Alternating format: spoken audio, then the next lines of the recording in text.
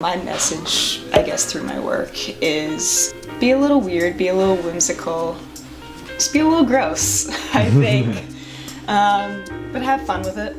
I started being interested in that when I was very, very, very young. Pretty much I got put in front of a TV and I said I want to make that kind of thing. So I would draw a lot of cartoons growing up, and that's pretty much what I started doing. And then I started making my own characters and reading a lot of comic books, and I said, oh, this is what I want to do, I guess, for the rest of my life. The main kind of cartoons that inspired me were definitely like Rocko's Modern Life, Ed, Edd n Eddy was a really big one. Powerpuff Girls was a huge one, but I really, really liked Big Abstract. Kind of really, really, really weird, kind of grotesque, gross things that always seem like the most fun to do. I think my favorite medium would still have to be ink. Cool.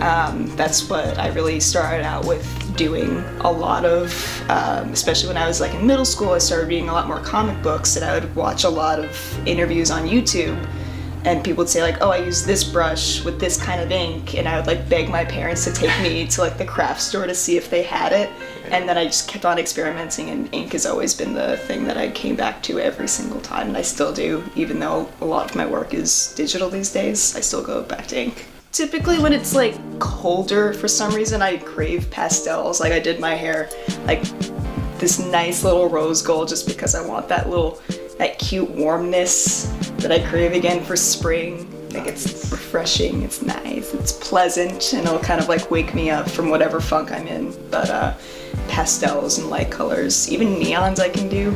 Seasons definitely impact a lot of my work just because I feel like the colder it gets, the grosser it gets a lot of times, just because I have a tendency to get sick very often when it gets cold, and that comes out a lot in my work.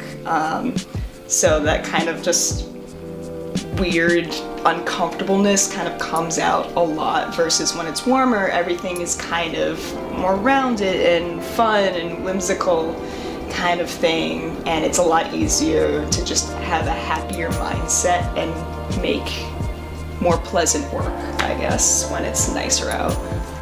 When I found out it sold out, I was like, oh, okay. Because it was the first time that I had done any kind of collaboration like this. I had done other little things. I've done stickers for people, I've done shirts that I do every few months, but I've never, designed something to be put on a coffee bag. So the fact that like people liked it, and also it wasn't just for a band or someone on tour, and people saw my work like anywhere and said like, oh, I want that because of the design on it, and like also obviously to get the coffee, but to get that was like very, very flattering, and I was not, it was a really cool feeling.